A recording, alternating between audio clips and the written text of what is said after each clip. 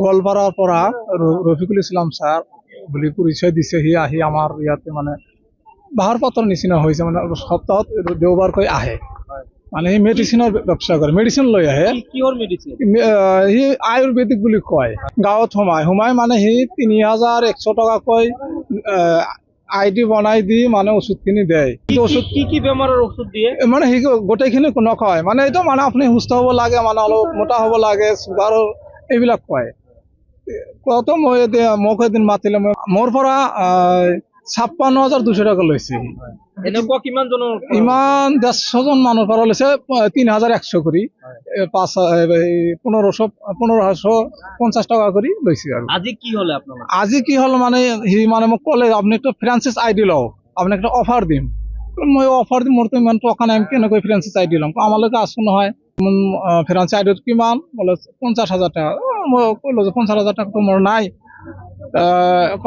লওক আপনি ৪-৫ মান্থ লওক, আপনি ৫০,০০০ টাকা, আপনি ১,০০,০০০ টাকা হ'ব। তারপরে মই সেই কওঁতে মই ললো আৰু ৫০,০০০ টাকা পিন কৰিলো, তাত মানে দিলো। দিয়াৰ পিছত ১ ঘণ্টামান পিছত সি ক'লে, ৰবা তোমাক 2টা সাইডৰ পৰা মানে ইনকাম কৰি দিম। কোনটো সাইড মইতো বুজা নাই।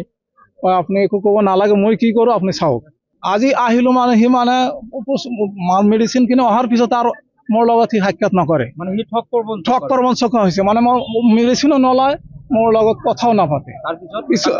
তাৰপিছত আহিলে আমাৰ ইয়াত, আমি কোৱাতে ক'লো যে আপুনি আমাক ফোনো নকৰে, মেডিচিন কিনিব আছে, মেডিচিনো নিনিয়ে। মই কেনেকৈ চলাম? আপুনি ক'লে মাহত 3-4-5-6 বাৰ ৰটেশ্যন হ'ব, আপোনাৰ 7-8 হাজাৰ টাকা ঘৰতে বহি পাব। আপুনি কি কৰি আছে? আপোনাৰ আৰু 60,000 টকা মানে পিন কৰিব লাগিব। মই ক'লো মইতো নোৱাৰিম আৰু 60,000 লৈয়ে থাকে মানে। আৰু এবাৰ দিলো 6,200, ফিৰ দিলো 50,100, ফের 60,000 টাকা লাগে। আজি কি ধৰি দিছে আপনার? আজি মানে আমার আপনি মেডিসিন খিনি লৈ যাওক, মোক পয়সাখিনি দিয়ক। আপনি যি কৈছে সেইটো একো নাই, মানে বেলেগ মানে উল্টা পাল্টা কৈ আছে। আমার পয়সাখিনি আমাক ঘূৰাই দিয়ক, আমরা টকা নামি লওক। কি টকা নিদিব? আৰু বেলেগ বহুত মাইকী মানুহৰ পৰা লৈছে। লোৱাৰ পিছত ইয়াত দিব লাগিব টকা। FIR দিম, তার নামে FIR দিম, মানে আমার FIR দিম, তাকে অ্যারেস্ট করলে আমার উচিত বিচার দিব লাগিব। আমি সরকারের উপর আমি উচিত বিচার লম, মানে আহিছো ইয়াত থানাতে। কিমান জন মানুহৰ পৰা ৩,০০০? 150 জন মানুহ হ'ব।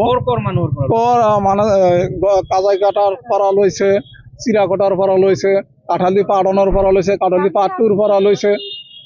মানে চৰাঞ্চলত মানে বিজনেছটো কৰি আছে। ৰফিজুল ইছলাম, গোৱালপাৰা।